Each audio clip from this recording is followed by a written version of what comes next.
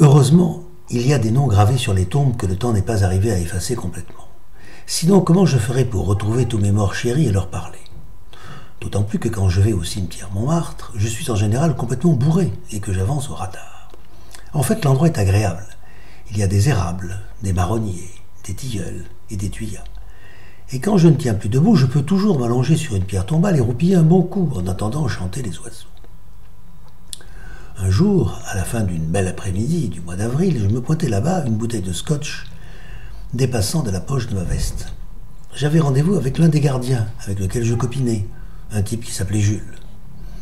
Quand je lui demandais d'où lui venait son prénom, il m'expliqua que sa Normande de mer, quand elle refit surface, après l'avoir expulsée dans la douleur, ne savait toujours pas comment l'appeler. Faut dire qu'elle était cuitée du soir au matin. Soudain, elle vit sur la table de nuit une bouteille posée là, pour fêter la naissance du gamin. C'est quand elle lut sur l'étiquette « Le Père Jules, vieux calvat du pays d'Auge » qu'elle eut une illumination. On était assis tous les deux sur la tombe de Zola, un monument en porphyre rouge surmonté d'un buste en bronze après la fermeture. « Ici, on peut causer tranquille, me dit Jules. Il n'y a pas de danger qu'ils nous entendent, les Mille. Ils l'ont déménagé au Panthéon en 1908. » Je savais qu'il voulait savoir pourquoi j'aimais tant traîner dans son cimetière. Mais comment lui expliquer que je leur parle à tous ces allongés célèbres et qu'ils me répondent, sauf certains qui font la gueule depuis qu'on les a flanqués sous terre entre quatre planches sans leur demander leur avis, alors qu'ils auraient préféré qu'on balance leurs cendres depuis le Sacré-Cœur un jour de grand vent. Au moins une fois par mois, je viens passer la nuit là. C'est combiné avec Jules. En partant, il me laisse la clé. Fais gaffe à bien refermer en sortant, me dit-il. Il y a de plus en plus de malades qui essayent d'entrer la nuit pour se livrer à des rites sataniques. Une fois, on a même piqué la mère de l'arrondissement allongée à poil sur une tombe avec un crucifix planté, je te dis pas où. Le plus bavard, c'est Guitry. Il pense qu'il est toujours en train de jouer Talleyrand dans Le Diable boiteux.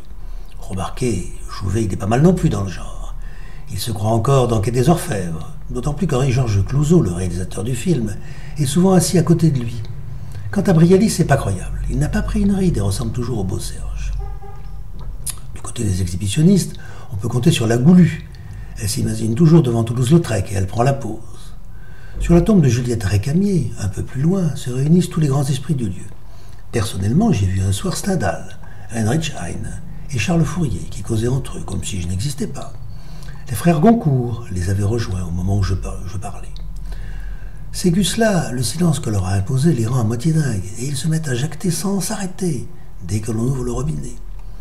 Conscient qu'ils ne pourraient pas arriver à en placer une, Feydeau et Labiche, assis un peu à l'écart, se contentaient d'écouter sans rien dire.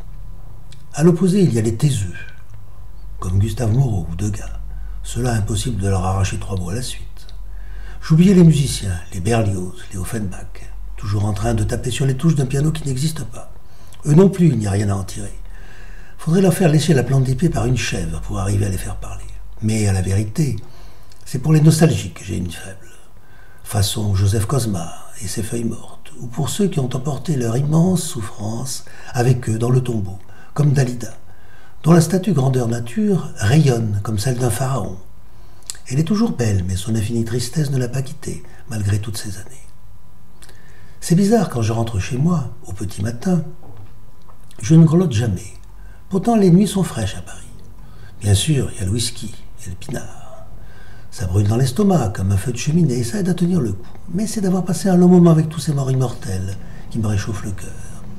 Quand j'ouvre la porte et que l'empaillé, crevant de jalousie, me demande où je suis encore allé traîner, je lui réponds « Maintenant, mon cochon, tu vas arrêter de gémir, qu'il n'y a rien de pire que d'être mort. Il se passe tout plein de choses dans les cimetières la nuit. Tu sais ce que j'ai vu? J'ai vu Adolphe Sax, le mec qui a inventé le saxophone, qui jouait rien que pour Rose Alphonsine Duplessis, la dame aux camélias. Cette nana, c'est rien qu'une pute, me répondit l'empaillé. Il voulait sans doute se la taper. C'est incroyable ce qu'il peut être aigri, cet animal.